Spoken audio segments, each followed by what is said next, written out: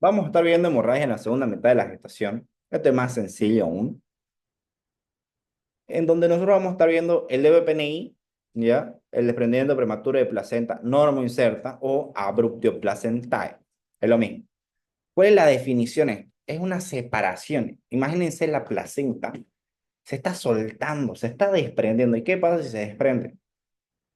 Va a haber un hematoma, va a haber sangre, puede haber alteración de la perfusión, no va, puede haber sufrimiento fetal, entonces, y se termina desprendiendo y obviamente es un problema muy grave. Ahora, hay factores de riesgo en los cuales ustedes tienen que ser, ¿por qué esta paciente puede tener este DPNI? ¿Por qué lo está desarrollando? Vas a ver, obviamente, principalmente, como en todo, pero más en obstetricia, si hay antecedentes de un DPNI, puede haber otro DPNI. Si la paciente tiene hipertensión arterial, aquí puedes incluir preeclampsia y eclampsia. Si la paciente ha tenido golpes abdominales, ha tenido algún traumatismo, sufre maltrato doméstico, violencia doméstica, la paciente fuma, utiliza alguna sustancia recreante, la paciente tiene RPM, ruptura prematura de membrana. ¿Por qué se da la ruptura prematura de membrana? Porque puede haber alguna infección, alguna candidiasis vaginal, infección por tricomona, alguna infección. Que obviamente hay un ascenso de estos microorganismos que están en la parte de la vulva, pueden ascender y obviamente van a terminar rompiendo las membranas. Y alteraciones placentarias, también el tema de la edad y si son multiparas. Para que ustedes tienen que tener un entendimiento de algo. ¿Cómo se llega a dar este tema de la etiología? Hay algo que tienen que entender. Si la paciente tiene hipertensión arterial, ¿ya? Entonces aquí puedes considerar preeclampsia, eclampsia o hipertensión gestacional, ¿ya? Entonces te puede llevar. Si hay trastornos vasculares, vasculopatía de la decidual, traumatismo abdominal, se haya caído, como le dije, que la golpeen, consumo de sustancia, RPM y todo esto. Entonces, ¿por qué se va a dar esto? ¿Ya? Y obviamente los antecedentes. Aquí tengo esto. Entonces, ¿qué va a suceder? Cualquiera sea de estos casos, antecedentes, malformaciones, algún otro concepto de anemia, trombofilias, ¿qué va a pasar? ¿Ya? Prácticamente lo mismo, que aquí vamos a tener un mecanismo fisiopatológico donde nuestra misma placenta se va a empezar como por así decirlo a soltarse. Entonces, aquí vamos a hacer un dibujito, voy a hacer con blanco. Si yo tengo aquí mi placenta, ¿ya? Y aquí dentro de esta placenta está el chamaco, ¿ya? Imagínense que está el chamaco, no vamos a tomar tanto tiempo. Y esta placenta, aquí está el útero, y está el útero. Pero esta placenta que está conectada, está herida, normalmente, ¿qué sucede? Vamos a hacerlo este otro color. Uy. Bueno, esa va a ser la placenta. Este va a ser el útero de lila. Este va a ser el útero lila. Y aquí lo vamos a hacer rojo. Esta placenta está herida, recibe su irrigación sanguínea, ¿ok? Recibe su irrigación sanguínea. ¿Para qué sucede si, por ejemplo, tu paciente tiene hipertensión arterial gestacional, tiene preeclampsia o algo? Ya va a llegar muy fuerte la sangre acá, va a terminar lesionando, va a terminar lesionando este vaso y va a haber un hematoma retroplacentario. Entonces, esto es importante que recuerden para poder diferenciar con DBPNI, placenta previa, RPM. Este hematoma retroplacentario, conforme tenga sus crisis hipertensivas y avance la gestación, va a empezar a aumentar. Entonces, ¿qué va a hacer este hematoma retroplacentario? Va a empezar a hacer presión. Entonces va a empezar a hacer presión. ¿Por qué? Porque un comienzo un pequeño coágulo. Va a empezar a aumentar el coágulo, va a empezar a hacer más coágulo, va a empezar a agrandarse este coágulo. Entonces va a ser un super hematoma retroplacentario. Esto así le van a escuchar que dicen en su rotación. Hematoma retroplacentario. Perfecto. Tienen ahí su hematoma retroplacentario, ¿ya? Y aparte en este hematoma retroplacentario va a empezar a agrandarse, va a empezar a apretar al bebé, va a empezar, y aparte que aprieta al bebé, va a empezar tal vez así a comprimirlo. ¿Qué sucede? Y la sangre que llega para el bebé. El tema de la sangre, recuerden, el problema es el oxígeno. Va a haber una hipoxia fetal. Entonces, como aquí hay mucho que está apretando, va a estimular al útero porque está en constante contacto y el útero va a empezar a tener actividad uterina, va a haber contracción. Y con todo esto va a haber alteración de los vasos y va a haber una vasoconstricción porque va a aumentar la presión. Entonces el problema aquí, uno, van a ver que la paciente le va a decir, doctor, tengo un sangrado. Ustedes van a decir, ok, ¿y ese sangrado cómo es? Una importante pregunta que tienen que hacerle a todo paciente cuando le diga que tiene sangrado. Le va a decir, es medio oscuro. Tenés que pensar, debe poner. ¿Por qué? Porque esta sangre está coagulada, un hematoma va a ir goteando de a poco, va a ir goteando. ¿Ya? Y normalmente como y hay estimulación de de los nervios, va a haber dolor. Te dice, doctor, me duele mucho el abdomen, ya mi bebé me aprieta, me falta el aire, y la vas a ver anémica a la paciente y le decís, ¿estás con sangrado? Sí, un sangrado oscuro, mancho como mi menstruación así medio café. Pensás, tú vas a hacer ecografía, te topas ahí el DPNI. Pero ¿cuál es el siguiente paso que me voy a adelantar? Esta placenta, como le están apretando hacia abajo, que es el DPNI, esta placenta empieza a tratar de sobrevivir, se va a empezar a adherir, va a empezar a crecer, es como que va a sacar las garras y se va a empezar a adherir. Y ahí puede ver un DBPNI con una placenta, un acretimo placentario, increta, percreta. Entonces ahí varía. Entonces ahorita lo vamos a ver. ¿Ya? Entonces, como le decía, aquí, vean, aquí está la placenta del bebé y aquí está el desprendimiento. Vean el coágulo que se empieza a formar. Va a empezar a apretar. Va a ver, si esto aprieta, obviamente el bebé va a llegarle menos oxígeno, menos sangre, sufrimiento fetal, va a estar apretado, el bebé se va a querer mover, va a empezar a estimular, va a haber contracción uterina y van a salir coágulos por aquí. Entonces, ¿qué sucede? Como la placenta está siendo botada de su útero, está ahí como peleando por la sábana en la cama, ya porque no se quieren compartir el espacio, esta placenta va a tratar de sobrevivir y esta hay 100% de probabilidad que te pregunten. Te van a decir, doctor, ¿cuándo es una placenta acreta? ¿Cuándo una placenta mincreta? ¿Cuándo una placenta percreta? Entonces vas a decir, pucha, acreta, percreta, mincreta. ¿Qué hago? Entonces vas a decir A de acreta porque alcanza el miometrio. Vas a decir percreta, ¿por qué? Porque penetra, pasa el miometrio. Ya, mincreta, la I de que invade el miometrio. ¿Qué significa? Si aquí no lo llegan a diferenciar, aquí está aquí estoy con blanco. Aquí está tu placenta, o mejor dicho, tu útero. Aquí está la placenta que está tratando de sobrevivir. ¿Y qué va a hacer? A alcanza el miometrio. Vamos a hacer acá de igual, no vamos a dibujar el miometrio. Aquí está tu miometrio, ¿ya? Aquí está tu miometrio. Entonces, A de alcanzar el miometrio. Lo va a alcanzar. Solamente lo va a tocar un poquito, ¿ya? Solamente lo va a tocar un poquito. Hasta ahí nomás. Ahora, percreta lo va a penetrar y lo va a pasar. Lo va a penetrar, va a entrar un poco más, ¿ya? Mincreta, que ya lo va a invadir. Lo va a invadir, va a agarrarlo todo. Lo va a agarrar todo, va a agarrar más espacio, ¿ya? Entonces, ¿cuál es el tema? Que cuando sale el bebé, en el trabajo de parto, sale el bebé, ¿y qué pasa después de que sale el bebé? Sale la placenta, ¿no? Imagínense que sale la placenta o que le hacen las maniobras, el pescador, todas esas maniobras, y la terminan jalando la placenta va a jalar, va a desgarrar el útero. Y ahí eso es una emergencia obstétrica, se va a desangrar la paciente. Vamos a borrar todo esto. Entonces, como les decía, este desprendimiento placentario, ya nosotros podemos tener un sangrado que principalmente va a ser un sangrado oscuro. Ya, va a ser un sangrado oscuro, pero también puede variar. Recuerden que en medicina uno más uno no siempre es dos. Podemos tener un desprendimiento, un segundo.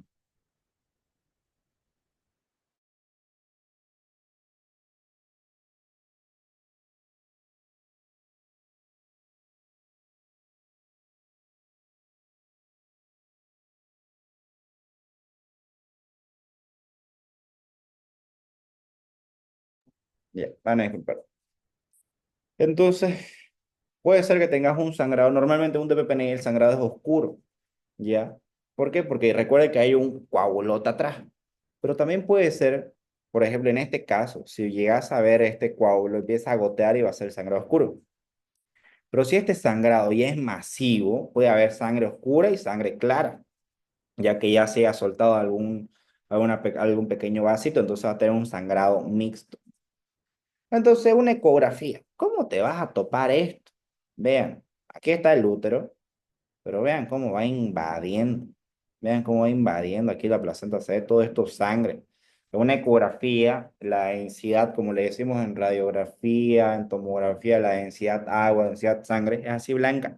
Entonces la sangre la vas a ver así. Entonces así, pucha, tremendo. Y cuando sale, sacan el útero y todo, y así está todo esto. Pues imagínate si hubiera esto desgarrado. Terrible. Entonces, el diagnóstico diferencial de PPNI, obviamente, puedes considerar una hemorragia vaginal y pueden ser diferentes causas, ya un dolor abdominal, sensibilidad uterina, va a haber contracciones uterinas, signos de hipovolemia, alteración de la actividad fetal y obviamente coagulopatía por consumo que puede terminar en un SID. ¿Por qué? Porque estos de aquí, estos coagulotes, están activándose todos los factores de la coagulación. Se van a empezar a desgastar y ahí está este PPNI puede terminar siendo una emergencia obstétrica también por esas razones que no va a coagular tu paciente. Porque ya se gastó todo, es como que vos querrás, no sé, ir a una fiesta por Año Nuevo, pero ya te quedaste sin dinero porque te la gastaste toda en Navidad. Entonces, el coagulopatía por consumo, se gastó todo. Entonces, el tratamiento de este de PPNI, bueno, tenés que ver signos vitales, el examen físico, cómo está tu paciente, está estable hemodinámicamente, inestable hemodinámicamente, cómo está el bebé, monitoreo, fetocardio. Y ahí vas a poder considerar para tomar decisiones.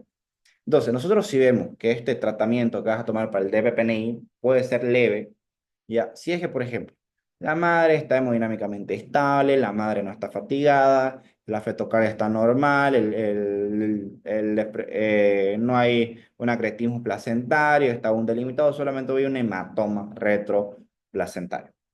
Se le interna a ARO, que es ARO, alto riesgo obstétrico, y hay que estar observándola. Y obviamente tiene que recibir apoyo psicológico, tanto la madre, el padre y los familiares, para que no se echen la culpa. Y por el riesgo de pérdida, hay que hacer un seguimiento para evitar recurrencia en embarazo futuro. Y obviamente, si se puede llegar a la conclusión de la gestación o lo más avanzado posible, hay que iniciar maduración pulmonar.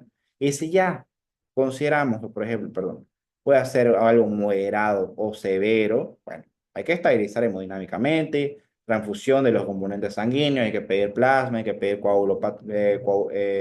paquetes globulares que familiares vayan a donar, obviamente grupo y factor, hay que usar tocolíticos, se puede utilizar un nifedipino de 10, 20 miligramos cada 6, 4 horas, depende de la situación, maduración pulmonar, profilaxia antibiótica y cesárea de emergencia. Se hace en parto vaginal, ya no se hace. Hay algunos médicos de la antigua que dicen, no, que yo tengo una técnica que aquí que no sé qué. Olvídense de esto de parto vaginal.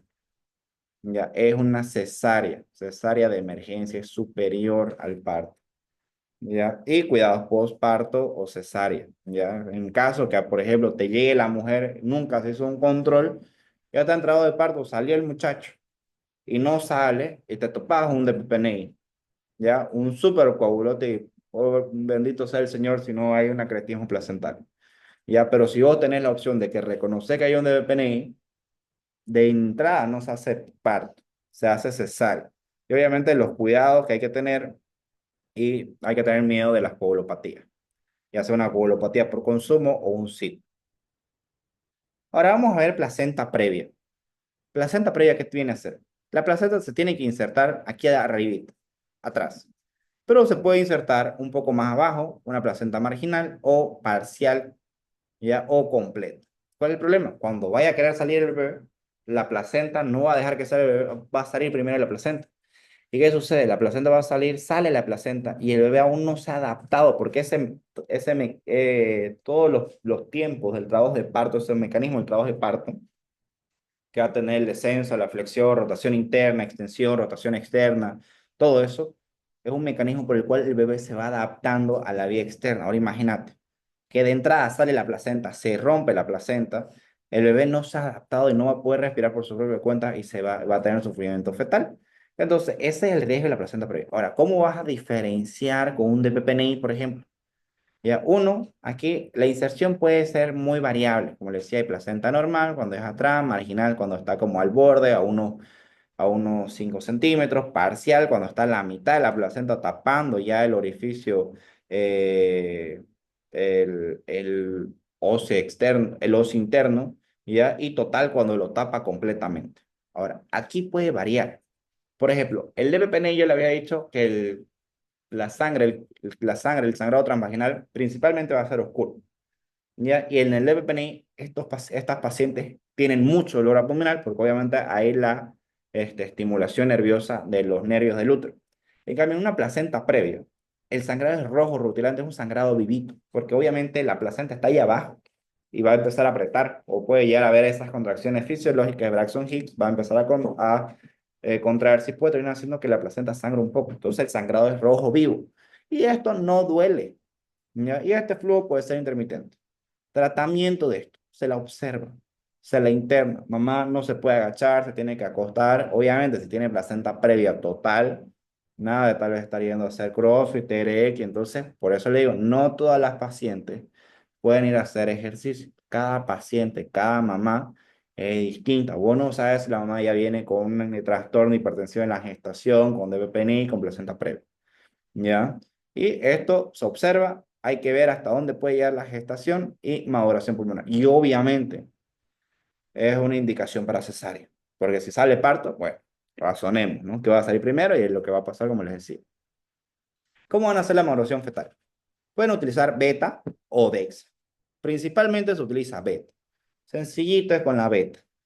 Beta, 2, 12 miligramos, 2 inyecciones intramusculares. O sea, la colocan, por ejemplo, les llega hoy, día 30 de diciembre, ya una paciente, ahorita a las 6 de la tarde me llega, y está con placenta previa. Me reviso, fecha de última menstruación, me dicen, doctor, me estoy manchando con sangre, descubro que tiene placenta previa, no, tiene controles prenatales. Ok, la voy a observar, tal vez veo, considero si la hospitalizo, porque obviamente hospitalizar en Aro no es un hotel, porque obviamente pueden haber infecciones, porque hay bacterias, microorganismos nosocomiales, que después puede ser peor. Yo en este instante, a las 6 de la tarde, si me llega, le diría, ok, vamos a saquen de la farmacia, vaya a comprar 12 miligramos de betametasona. Ya, tantas ampollas, y la vamos a colocar ahorita intramuscular. En la nalga, en la pierna o en el hombro. En la nalga, pa, 12 miligramos. Listo. Mañana te vas a colocar en la posta, en la farmacia que quiera, lo mismo, otros 12 miligramos. Se completó. Si no hay beta, estás tal vez en tu provincia, en un pueblo lejos, puedes utilizar Dex. Utiliza 6 miligramos intramuscular cada 12 horas, 4 dosis. O sea, ¿qué quiere decir? En la mañana, 6 miligramos. En la tarde-noche, otros 6 miligramos. Mañana, otros 6 miligramos. Y en la noche de mañana, otros 6 miligramos. Ahora, ¿cuál es el problema? La Dexa duele hartísimo si es intramuscular. Duele hartísimo. Duele harto. No se va a tener que aguantar la mamá. Ahora, aquí pueden tener en cuenta algo extra, ¿no? Por ejemplo, este tema de las contracciones uterinas. Tenemos dos ejes, el eje en X y el eje en Y. Aquí nosotros podemos medir, esto se mide en unidades de Montevideo o bueno, milímetros de mercurio, pero también te llegan esto en unidades de Montevideo, ya para hablar de las contracciones. Entonces, aquí, por ejemplo, nosotros podemos hablar de que la mamá en su con monitoreo fetal, vamos a ver cómo están estas contracciones uterinas. Estas contracciones uterinas, ¿cómo están? Lo normal es que vayan de 8 a 12. Ya digamos que en promedio 10 es perfecto. Así la mamá, vos en el monitoreo fetal, ya agarrás y ves que esas contracciones uterinas están por debajo de 8, por debajo de 8, aquí por debajo de 8 por acá. Decís, ah, ok, está por debajo de 8, aquí ya me preocupa esta hipotonía. Si está por encima de 12, ya vas a agarrar a decir hipertonía. Ahora, ¿qué significa hipertonía? Que la contracción está siendo muy fuerte. Pero una cosa es que la contracción, por ejemplo, puede ser fuerte, ya, pero que dure menos de un segundo, que dure milésimas de segundo, o que sea muy fuerte y que aparte dure mucho tiempo. Si dura mucho tiempo, sufrimiento fetal, ¿ya? Ahora, otra cosa, por ejemplo, en cuestiones de la intensidad, en cuestiones de la intensidad, ya esto tiene valores que puede ir de 30 a 50 milímetros de mercurio. Ahora, si vos ves que esta intensidad, por ejemplo, está por encima de 50, se va a decir que es una contracción hipersistólica. Ahora, si está por debajo de 30, se va a decir que es una contracción hiposistólica. Ahora aquí, por ejemplo, Si ustedes colocan la mano, como se hace a veces de manera más práctica, digamos, colocan la mano por encima y van a poder palpar, para que ustedes puedan sentir eso, esa contracción significa que tiene un valor de unos 20 milímetros de mercurio, ¿ya? Por debajo de 20 milímetros de mercurio ustedes no van a sentir nada, ¿ya? Porque es lo que es perceptible al tacto humano, ¿ya?